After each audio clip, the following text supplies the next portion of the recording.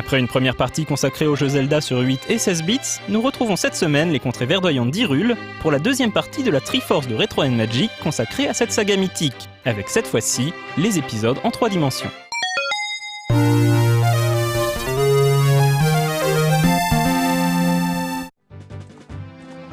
Sept longues années après A Link to the Past, la légende de Zelda revient sur le devant de la scène avec l'épisode sur N64, Ocarina of Time. Très attendu par les fans de la série, Ocarina of Time fut véritablement la killer app de la 64 bits de Nintendo, aux côtés de Super Mario 64 et GoldenEye. Il s'agit en fait d'une préquelle à l'épisode Super Nintendo, puisque le jeu raconte comment le roi des voleurs Ganondorf tenta de s'emparer de la Triforce. Le joueur en apprend également davantage sur la nature des 3 triangles d'or et la création du monde d'Hyrule.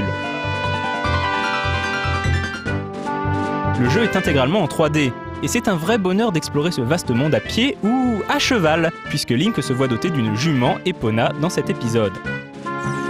Grâce à un twist scénaristique, le joueur sera également amené à contrôler Link à 2 âges de sa vie, lorsqu'il est enfant et lorsqu'il est adulte. Les nombreux donjons exploitaient intelligemment les 3 dimensions, et on se souviendra également des combats mémorables contre des boss gigantesques.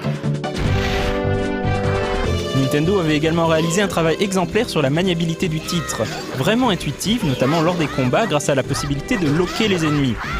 Tout ceci se faisait via l'utilisation de Navi, la petite fée qui accompagnait Link dans cette aventure.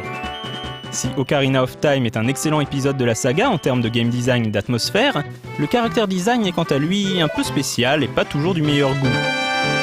Mais la qualité des décors et des environnements à explorer rattrape vite ce petit écueil.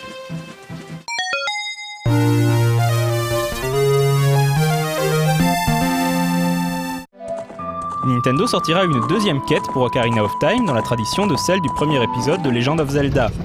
Cette Master Quest plus difficile fut initialement développée pour le DD64, l'extension de la N64 qui fit un flop retentissant au Japon. Le jeu fut donc recyclé sur GameCube en tant que bonus pour le jeu Wind Waker.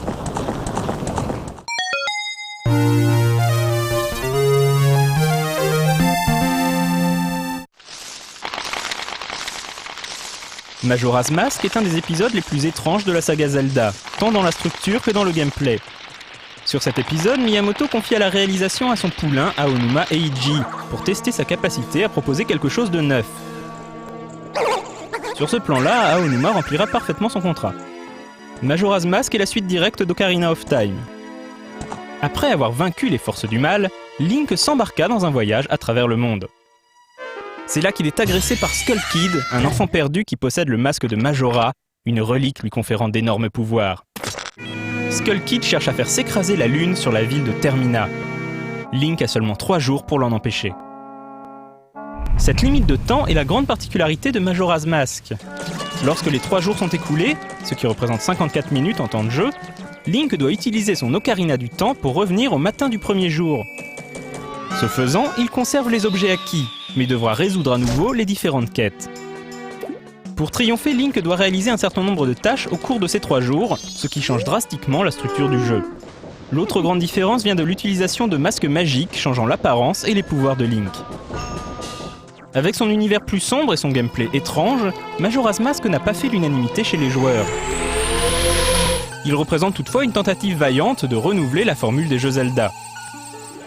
A noter que c'est aussi dans cet épisode que l'on assiste à la première apparition de Tingle, un horripilant personnage aux graves problèmes psychologiques puisqu'il s'agit d'un humain tentant de se faire passer pour un lutin.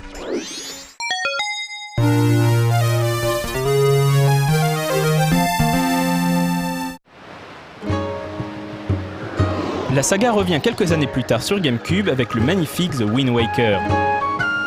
À nouveau réalisé par Aonuma Eiji, cet épisode est plus proche de la formule classique de la série au niveau du gameplay. La rupture est cette fois-ci au niveau du style graphique, qui utilise le fameux cel shading, donnant au jeu un aspect cartoon aux couleurs vibrantes.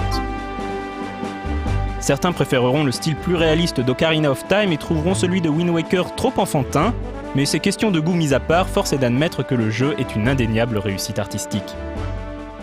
Wind Waker prend place dans un lointain futur bien après les événements d'Ocarina of Time et A Link to the Past. Le royaume d'Hyrule a disparu dans les brumes du temps et le jeu prend place dans un archipel situé au cœur d'un vaste océan. Link est un jeune garçon au cœur vaillant qui se met à la poursuite d'un gigantesque oiseau qui a enlevé sa petite sœur. Cette quête l'amènera à voyager à travers les îles à bord d'un navire parlant pour affronter, vous l'aurez deviné, les forces du mal. Wind Waker repose énormément sur l'exploration des mers et pour faciliter sa tâche, le joueur reçoit assez tôt un artefact appelé Baguette des Vents qui lui permettra de changer la direction dans laquelle souffle celui-ci, ce qui est quand même pratique. Avec son ambiance unique, ses graphismes chatoyants et son histoire pleine de surprises, Wind Waker est l'un des chapitres les plus mémorables de la saga créée par Miyamoto Shigeru. Il connaîtra une suite directe sur DS avec Phantom Hourglass.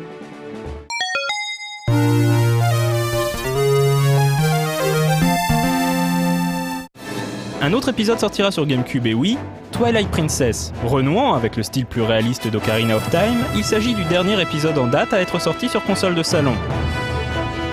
Mais comme les fans le savent, certaines des plus belles pages de la saga furent écrites sur console portable, comme nous le verrons dans la troisième partie de notre Triforce.